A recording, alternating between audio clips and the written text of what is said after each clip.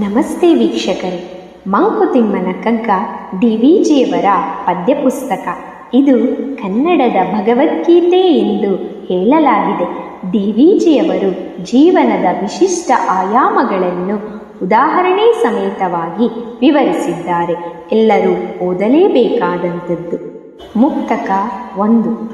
ಶ್ರೀ ವಿಷ್ಣು ವಿಶ್ವಾದಿಮೂಲ ಮಾಯಾಲೋಲ ದೇವ ಸರ್ವೇಶ ಪರಬೊಮ್ಮನೆಂದು ಜನ ಆವುದನು ಕಾಣದೊಡಮಳ್ತಿಯಿಂ ನಂಬಿಹುದು ಆ ವಿಚಿತ್ರಕ್ಕೆ ನಮಿಸೋ ಮಂಕುತಿಮ್ಮ. ಶ್ರೀ ವಿಷ್ಣು ವಿಶ್ವಾದಿಮೂಲ ಮಾಯಾಲೋಲ ದೇವ ಸರ್ವೇಶ ಪರಬೊಮ್ಮನೆಂದು ಜನ ಆವುದನು ಕಾಣದೊಡಮಳ್ತಿಯಿಂ ನಂಬಿಹುದು ಆ ವಿಚಿತ್ರಕ್ಕೆ ನಮಿಸೋ ಮಂಕುತಿಮ್ಮ. ಮಂಕುತಿಮ್ಮ.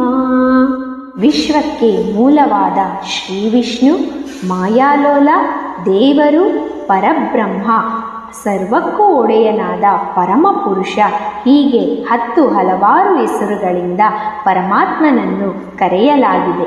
ಯಾವುದನ್ನು ಜನರು ಕಾಣದಿದ್ದರೂ ಪ್ರೀತಿ ಮತ್ತು ಭಕ್ತಿಯಿಂದ ನಂಬಿರುವರೋ ಆ ವಿಚಿತ್ರಕ್ಕೆ ನಮಿಸು.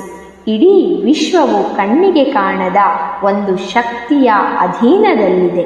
ಅದಕ್ಕೆ ಭಕ್ತಿಯಿಂದ ಪ್ರೀತಿಯಿಂದ ನಮಿಸಬೇಕು ಎಂದು ಒಂದು ಆದೇಶ. ಅವರವರ ಭಾವಕ್ಕೆ ಭಕುತಿಗೆ ಅನುಗುಣವಾಗಿ ಶಕ್ತಿಯನ್ನು ಕಾಣಲಿ, ನಮಸ್ಕರಿಸಲಿ ಎಂಬುದು ಡಿ.ವಿ.ಜಿಯವರ ಆದೇಶ. ನೀವು ನಂಬಲಿ ಬಿಡಲಿ, ಆ ಶಕ್ತಿಯು ಯಾವಾಗಲೂ ಶ್ರೇಷ್ಠವಾಗಿದೆ. ಧನ್ಯವಾದಗಳು.